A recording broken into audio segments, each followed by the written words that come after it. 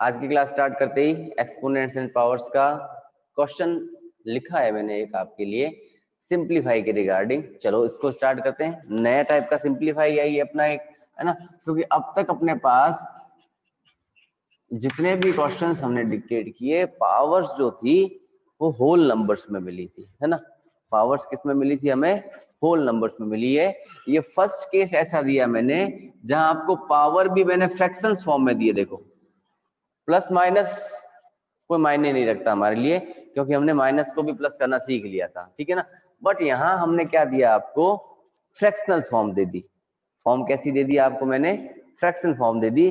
तो first of all देखते हैं फ्रैक्शन फॉर्म को सॉर्ट आउट कैसे करेंगे, ठीक है। आराम से समझना है, कोई जल्दबाजी नहीं है हमारे पास। एक बार समझनी है कि मैं दोबारा रिपीट करूंगा इस क्वेश्चन को।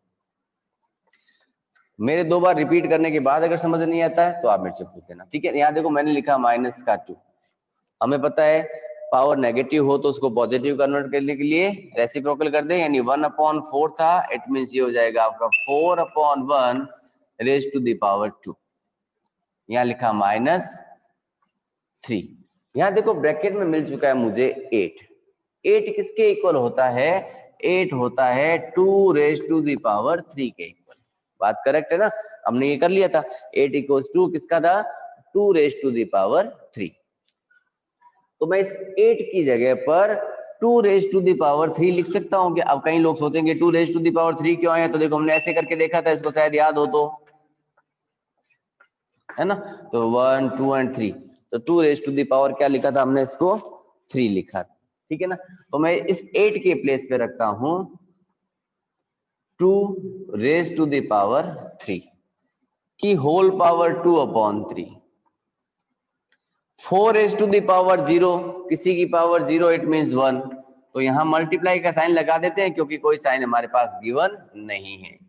यहाँ लगाया फिर प्लस, यहाँ लिखा देखो 9/16 रेज टू द पावर 1/2, वो भी माइनस का। तो माइनस को कन्वर्ट करेंगे फर्स्ट ऑफ ऑल प्लस में, तो इसको रेसिप्रोकल करके 16/9 रेज टू द पावर 1/2 बन गया अपना पॉजिटिव साइन, ठीक है। आई थिंक बाकी कुछ गड़बड़ था नहीं। अपने पास एक चीज मिली थी यहाँ फ्रैक्शंस फॉर्म वाली, जिसको हमने सॉर्ट आउट किया किसके रिगार्डिंग? 8 के रिगार्डिंग।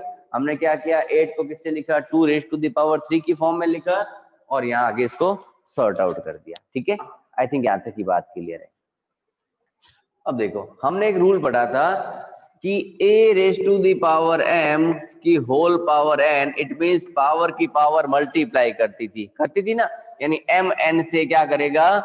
मल्टीप्लाई करेगा। m n से क्या करेगा? यहाँ पर अपना मल्टीप्लाई करेगा। मैं शॉर्ट साइड में करके देखता हूँ। देखो इसको लिखा मैंने 2 रेज टू द पावर 3 की होल पावर 2/3। ये दोनों मल्टीप्लाई में देखो 3 1 जा 3 और 3 1 जा 3 कैंसिल हो गया। रिमेनिंग क्या रहा? 2 raise to the power 2। 2 raise to the power 2 रहा, और 2 रेज टू द पावर 2 किसके इक्वल होता है? अपना 4 के इक्वल। तो मैं डायरेक्ट 4 लिख दूं, कोई फर्क नहीं पड़ता। यहाँ देखो 4/1 को हम 4 लिख सकते हैं। 4 रेज टू द पावर 2, 4 का स्क्वायर कितना बन गया? 16। ये -3, ये 1 टाइम कैंसिल हुआ। 2 raise to the power 2, it means बन गया 4 मल्टीप्लाई बाय 1 प्लस। अब देखो 16 किसका स्क्वायर होता है? 4 का स्क्वायर लिख सकते हैं। और 9 को हम लिख सकते हैं 3 रेज टू द पावर 2, है ना। तो इसको लिख रखा मैंने 4/3 रेज टू द पावर 2, और पावर पहले से 1/2 थी अपने पास। क्यों लिखा? क्योंकि 16 can be written in the form of 4 raise to the power 2 and 9 written in the form of 3 raise to the power 2। दोनों की पावर सेम थी तो हमारे पास एक रूल भी आया था पहले, a/b raise to the power m। It means क्या था? a to the power m थी और b to the power b क्या थी? m थी। सेम पावर्स थी, वही फॉर्म हमने यहाँ लगा दिया। क्लियर है? देखो 2 1 जा 2, 2 1 जा 2। सिमिलरली जैसे हमने 2 की कंडीशन में कट किया था इसको, ठीक है। तो है 16, 3 4 जा 12, 12 1 जा 12, -12। यहाँ रिमेनिंग रहा 4/3। आई थिंक यहाँ तक सब कुछ क्लियर है, ठीक है ना। एक बार रिपीट करते हैं इसको वापस। हमने क्या देखा, फर्स्ट ऑफ ऑल यहाँ नेगेटिव वैल्यू दिखी, मैंने पॉजिटिव कन्वर्ट करने के लिए इसका रेसिप्रोकल कर दिया, तो 1/4 का 4/1 raise to the power 2 positive बन गया। 3 का 3 लिखा, 8 को किस में कन्वर्ट किया हमने, 2 रेज टू द पावर 3 में। हमारे पास नई चीज क्या मिली, इसकी पावर्स भी किस में मिल गई अपने पास में, फ्रैक्शंस फॉर्म में। तो मैंने इसको कन्वर्ट किया, 3 से 3 कैंसिल किया, ये रहा अपना लिखा हुआ पार्ट, यानी बचा 2 रेज टू पावर 2 और वो होता है किसके इक्वल, 4 के। तो मैंने यहाँ डायरेक्ट लिख दिया आपके लिए 4 मल्टीप्लाई बाय 1, क्यों, क्योंकि 4 रेज टू द पावर 0, किसी की भी पावर अगर 0 होती है तो वो हमेशा 1 के इक्वल बनता है, ठीक है, वो हमेशा 1 के इक्वल बनता है। यहाँ माइनस में पावर थी, रेसिप्रोकल किया, 16/9 बना। 16 को क्या लिख सकते हैं, 4 रेज टू द पावर 2, और 3 को लिख सकते हैं, 9 को लिख सकते हैं 3 रेज टू द पावर 2। 2 से 2 कैंसिल किया, यहाँ बची पावर 1, ये सिंपलेस्ट फॉर्म आ चुकी है। अब इस पार्ट को मैं यहाँ से रब कर देता हूँ। टेकिंग एलसीएम, एलसीएम मिलेगा मुझे 3, 16 3 जा 48, 12 3 जा 36 और प्लस का 4, ये दोनों ऐड हुए, बना 52 माइनस 36 अपॉन 3, 12 में 6 लेस किया 6, 16/3, 16/3।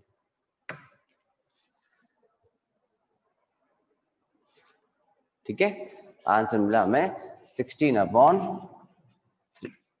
आई थिंक यहां तक की बात क्लियर है। टेकिंग अनदर एग्जांपल, तो लेटस लिखा मैंने एक क्वेश्चन आपके लिए, 9 raise to the power 5/2 minus 3 5 raise to the power 0 minus 1/81 raise to the power -1/2। ठीक है ना, क्वेश्चन थोड़ा सा छोटा ले लिया मैंने, कोई फर्क नहीं पड़ता। अब देखो यहाँ क्या लिखा मैंने कि 9 raise to the power 5/2, it means fraction form में आ गया। फ्रैक्शन फॉर्म में आने का मतलब हो गया कि अपना जो भी बेस है उस बेस को पहले प्राइम फैक्टराइजेशन मेथड में डालते हैं, तो 3 का स्क्वायर 9 होता है अपने पास, है ना, क्लियर है बात, वहां तो कोई दिक्कत ही नहीं थी। तो यहाँ तो लिखा हमने 3 रेज टू द पावर 2 की होल पावर 5/2 माइनस 3। यहाँ लिखा देखो मैंने 5 रेज टू द पावर 0, किसी की पावर 0 इट मींस 1, तो 3 मल्टीप्लाई बाय 1 माइनस, यहाँ देखो नेगेटिव वैल्यू दे रखी है पावर्स में अपने पास, है ना, तो पहले पॉजिटिव में कन्वर्ट करें तो 81 रेज टू द पावर 1/2 बनेगा, 1 लगाने की जरूरत होती नहीं नीचे डिनोमिनेटर वाला। अब 81 करें फैक्टर्स इसके, 81 3 से 27, 3 से 9, 3 से 3 और 3 से 1, इट मींस 81 किसके इक्वल हो गया, 3 रेज टू द पावर 4 के। यानी यहाँ हम क्या लिखेंगे, 3 रेज टू द पावर 4 लिखेंगे, बट उससे पहले इसको सॉर्ट आउट कर देते हैं। 2 1 जा 2, 2 1 जा 2, यहाँ रहा 3 raise to the power 5 minus 3 1 जा 3, यहाँ बना 3 रेज टू द पावर 4 की होल पावर 1/2, है ना। क्या लिखा हमने कि 3 raise to the power 4 multiply by 1/2, 2 1 जा 2, 2 2 जा 4, रिमेनिंग क्या रहेगा 3 2 रेज टू द पावर 2, और वो किसके इक्वल होता है 9। यानी हमने इसको यहाँ सिंप्लीफाई किया 2 टाइम, और करने के बाद यहाँ लिखा 3 raise to the power 5 minus 3 raise to the power 2। अब देखो अगर यहाँ साइन मल्टीप्लाई का होता तो बेसेस इक्वल है, पावर ऐड हो जाती। अगर साइन डिवाइड का होता तो सब्ट्रैक्ट कर दे, बट साइन तीनों के बीच नेगेटिव साइन है, यानी पहले इसको वैल्यूएट करना पड़ेगा ना। 3 रेज टू द पावर 5 वो किसके इक्वल होता है अपना 243 के, क्योंकि देखो 3 रेज टू द पावर 4 किसके इक्वल आया था 81 के। 81 को 3 से मल्टीप्लाई कर दो, 3 1 जा 3, 8 3 जा 24, 243 माइनस 3 और 3 रेज टू पावर 2 एंड 9, 243 में से 12 लेस कर दो तो 231। ठीक है,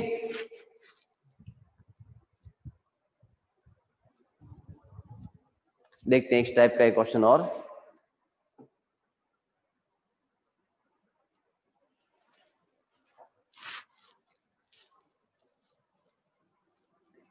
फर्स्ट क्वेश्चन गया था उस समय थोड़ी सी दिक्कत हुई थी क्योंकि नया टॉपिक था।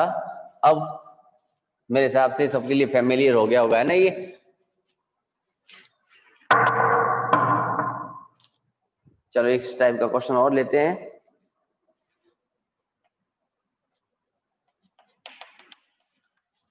-27 raised to the power -2/3 multiply by 9 raised to the power -1/2 is divided by 81 raised to the power -5/4।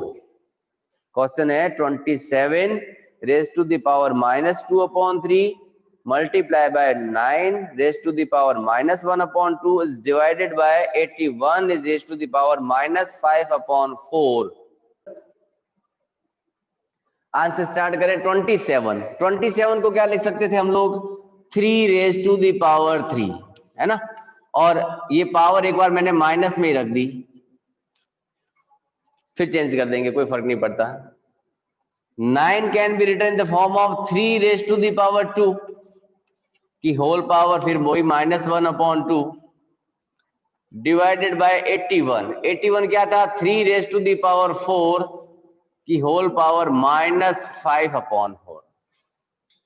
आप कहोगे सर पहले तो आपने नेगेटिव साइन को पॉजिटिव में कन्वर्ट करके फिर सॉल्व किया था, अब नेगेटिव से स्टार्ट कर दिया। तो आप पहले नेगेटिव से पॉजिटिव में जाते, फिर पॉजिटिव से आंसर निकालते।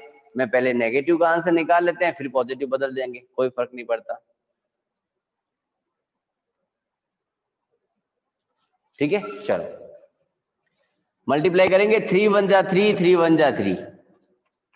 यहां क्या रिमेन रहा अपने पास कि 3 raised to the power -2 multiply का साइन, 2 1 जा 2, 2 1 जा 2।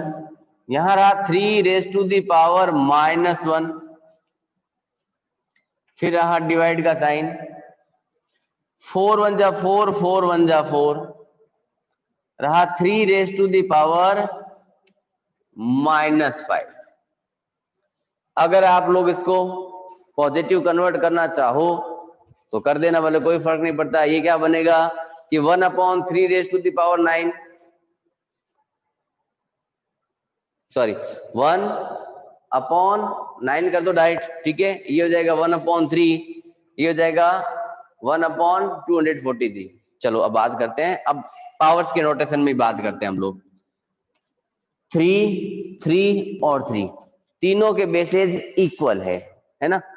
इक्वल बेस होने पर कंडीशन हमारे पास 2 टाइप्स की थी, bases equal sign multiply power add, bases equal sign divide का पावर सब्ट्रैक्ट होती है ना। चलो वही काम कर रहे हैं। देखो 3 और 3 दोनों बेस इक्वल, साइन मुझे यहां मिल गया देखो मल्टीप्लाई का, यानी पावर्स ऐड हो जाएगी, है ना। तो देखो -2 में ऐड करते हैं -1।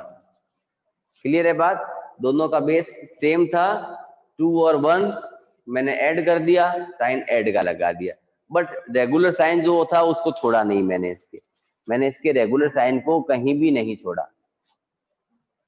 अब देखो यहां डिवाइड था, डिवाइड का मतलब पावर्स क्या करेगी माइनस करेगी। चलो ये लिखा माइनस का 5। अब अगर आप उस टाइप से जाते तो भी आपका आंसर उतना ही आता, वो भी करके दिखाऊंगा अभी आपको मैं। ठीक है, तो ये रहा देखो 3 -2 plus minus minus minus minus plus का 5 प्लस का और 2 और 1 3 माइनस का, तो रेज पावर क्या आएगी अपने पास कि 3 raised to the power -3 plus 5 it gives 3 raised to the power 2 और वो होता है 9।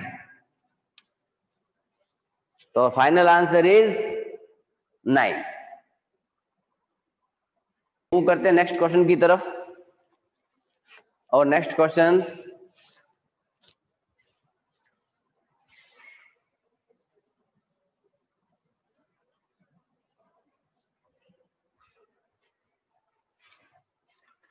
लास्ट टाइप का क्वेश्चन है, फाइंड द वैल्यू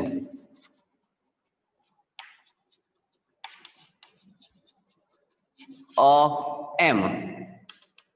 m की वैल्यू फाइंड करनी है, यानी m अननोन है। यहां पर हमने लिखा question 5 raise to the power m is divided by 5 raised to the power minus 3 is equals to 5 raised to the power 5।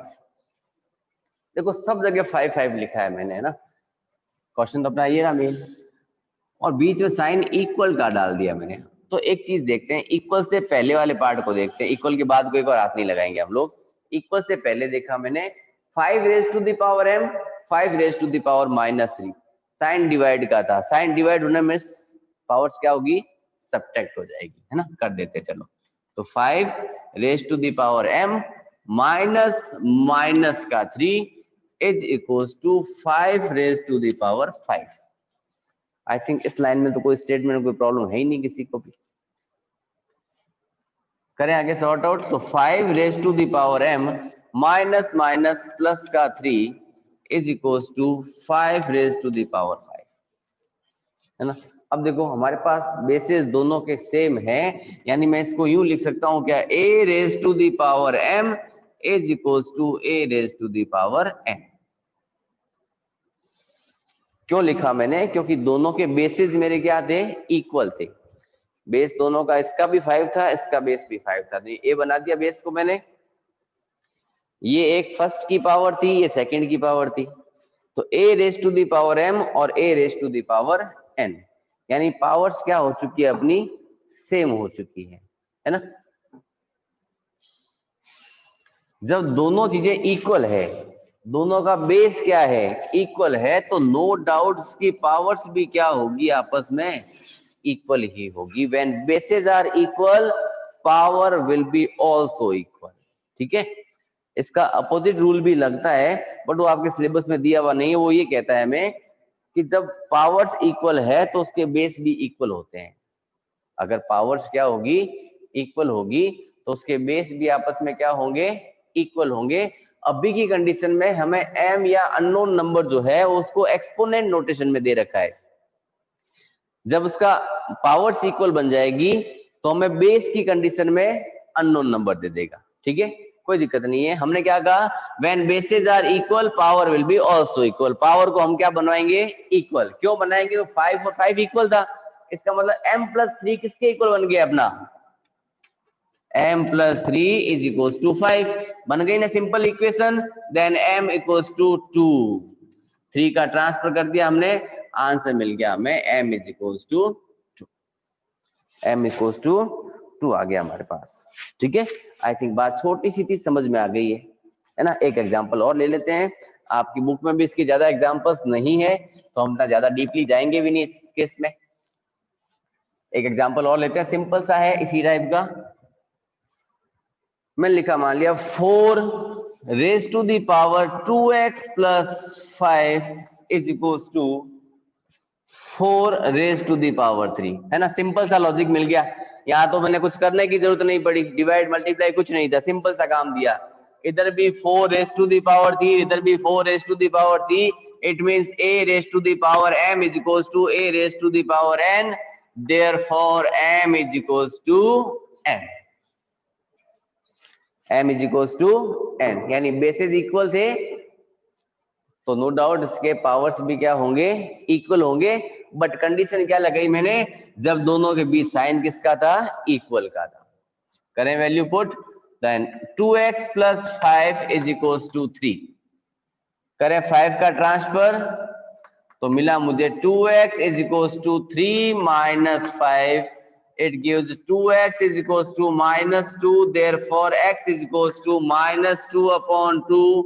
it gives -1, यानी x किसके इक्वल हो गया, -1 के इक्वल। x किसके इक्वल बना अपना, -1 के इक्वल बना। ठीक है, आई बात समझ में, सिंपल सा काम था। हमने क्या कहा, कि जब हमारे बेसेस इक्वल होते हैं और उनके बीच का साइन भी अगर इक्वल का होता है, अब तक साइन क्या रीड किए थे हमने, या तो मल्टीप्लाई का था या डिवाइड का था, है ना, लेकिन इस केस में इसने क्या कहा है कि दोनों के बीच साइन भी किसका दे दिया है, इक्वल का। जब बेसेस इक्वल थे, साइन इक्वल का था, इट मींस उसकी पावर्स यानी एक्सपोनेंट्स जो थी वो भी आपस में क्या होगी, इक्वल होगी। It means a raise to the power m is equals to a raise to the power n, then m is equals to n। ठीक है, इसका अगर मैं इनवर्स करता यानी एक अपोजिट रूल और बनता है उसका, उसमें क्या होता कि आपके पास a raise to the power m is equals to b raise to the power m। इस कंडीशन में a b के इक्वल बन जाता आपके, यानी इसमें हमारे क्या थी, पावर्स इक्वल थी, इट मींस बेस भी बन जाएंगे अपने इक्वल, बस वो आपने सिलेबस में नहीं इसमें दिया नहीं आप। ठीक है, यानी 2x plus 5 is equal to 3 बना, 5 का ट्रांसफर किया -5, रिमेनिंग बचा माइनस का 2, 2/2, it means -1 is the final answer. ठीक है, यहां तक करते ही हमारे एक्सरसाइज 12.1 का पार्ट कंप्लीट होता है और आज के लिए हम इतना ही करेंगे।